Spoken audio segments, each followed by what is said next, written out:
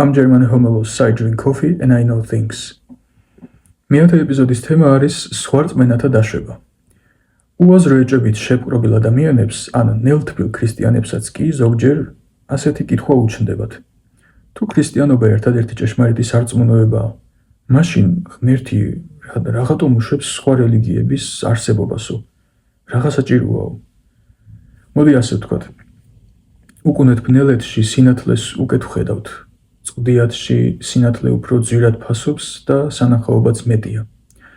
რადგანაც ადამიანები სანახაობაზე გიждდებიან, ამ გზით ცდილობს უფალი ჩვენი გონების გახსნას.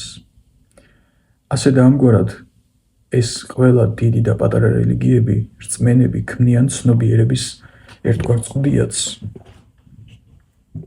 უფრო ბასრად რომ ვთქვათ, ეშმაკი ქმნის ამ ბურუს, ქაოსს და არეულობას, რომ აი ოღონდაც რაც შეიძლება მეტი ადამიანი აცდუნოს და წაიყვანოს არასწორი გზით, ოღონდაც ქრისტეს ძებნა არ დაიწყონ ადამიანებმა. და ამისთვის სჭირდება ეს ქაოსი ეშმაკს.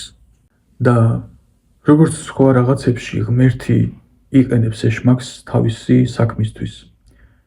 ურევს გონებას ამ თუ იმ რწმენების სიმრავლით ადამიანებს და უცბად ამ ბნელეთში, ცნობიერის ბურუსში იბადება ბავშვი შუა ზამთარში, რომელმაც უნდა გამოიყვანოს მრავალათასწლოვანი წვდიადიდან კაცობრიობა.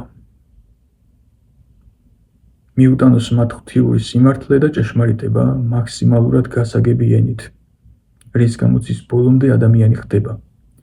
ამიტომაც უშვებს უფალი რწმენათა სიმრავლეს, რომ ადამიანს ჰქონდეს უმაღლესი ხარისხის სურათი, სადაც ჩანს რა არის სიმართლე, რა არის ტყუილი, როგორ გაარჩიოს ეს ორი ერთმანეთისგან და როგორ განხვეს სიმართლეს, ანუ ქრისტეს. რელიგიები არის ფონი, ერთგვარი ნიმუში, ტყუილის, ცდუნებების და ფუჭი,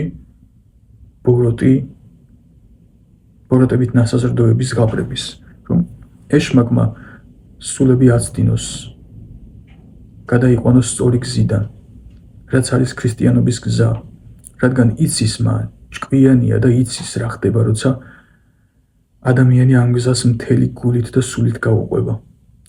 მაგრამ არ გეგონოთ, რომ ამით მთავრდება მისი ბრძოლა ღმერთთან. ეს საცდური რელიგიები შექმნა, მაგრამ რაღაც ვერ გამოდგა მთლად სასარგებლო, ამბობს ეშმაკი. მაინც ამდენი ქრისტიანიაო.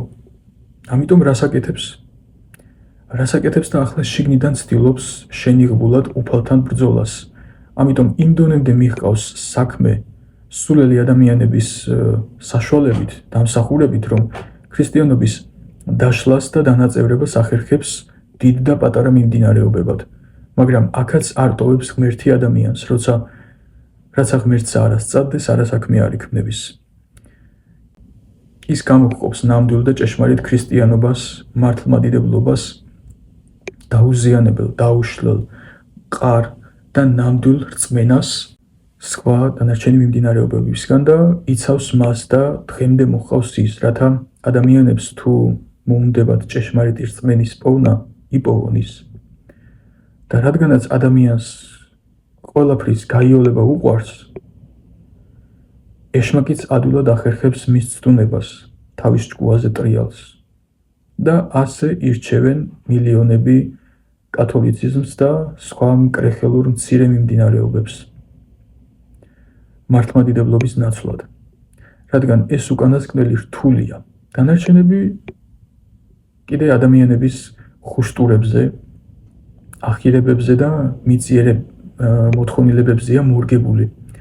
რადგანაც მართლმადიდებლობა ერთადერთი ჭეშმარიტი რწმენა უფლისა, იესო ქრისტესი, ეშმაკი ყველაზე მეტს მასთან ბრძოლას ცდილობს.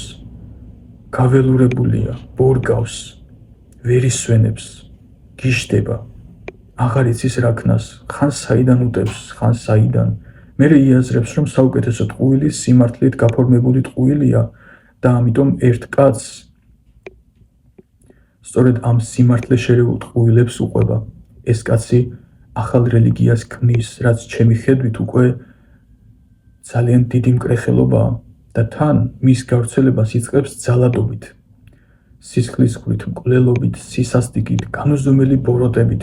ეს ყველაფერი იმისთვის, რომ ეს ახალი რელიგია იმდენად დიდ ძალად აქციოს, რომელიც ქრისტიანობას მოსპობს და მართლაც დიდ ძალად იქცევა ეს ახალი რელიგია.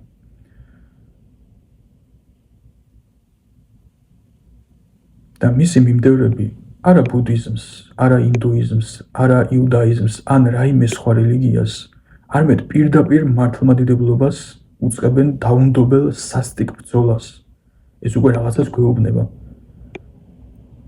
აქ ისევ იკვეთება ეს ფონის მნიშვნელობა.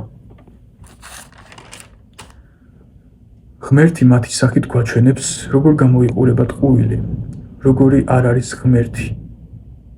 აბა რომელი უფროა ჭეშმარიტი ღმერთი და შემოქმედი, ის ვინც მტრების პატიებას და სიყვარულს ასწავლის ადამიანებს, თუ ის ვინც რწმენის ერთგულების გამო აწამებს და კლავს ადამიანებს და თავისი რწმენის გავრცელებას ბოროტებით და ძალადობით ცდილობს, ამპარტავნებით და ქედმაღლობით.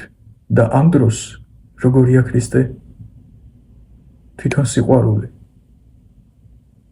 სრულიად უმანკოს და უდანაშაულოს სასტიკად აწამებენ, ჯვარზე აკრავენ, ამცირებენ, კლავენ და რას ამბობს? მამაო, მიუტევე მათ, რადგან არ იციან რას აკეთებენო. აბა რომელია ნამდვილი ღმერთი? ის, რომელსაც თავისი ქმნილება ასე უპირობოდ უყვარს და თავის ვაჟს სწირავს, ადამიანამდე იმდაბლებს თავს, რომ თავი მარტოდ არ გაგრძნობინოს, შენი მტრების სიყვარულს გთხოვს, გასწავლის, თუ ის ვინც უდანაშაულო კაცებს, ქალებს და ბავშვებს მხოლოდ იმიტომ კლავს, რომ არ უჯერებენ. თუმცა ეს ყველაფერი კიდევ უფრო მუქ და თვალსაჩინო ხაზს უსვამს. ბევრად მეტად ამტკიცებს ქრისტეს ღმერთობას.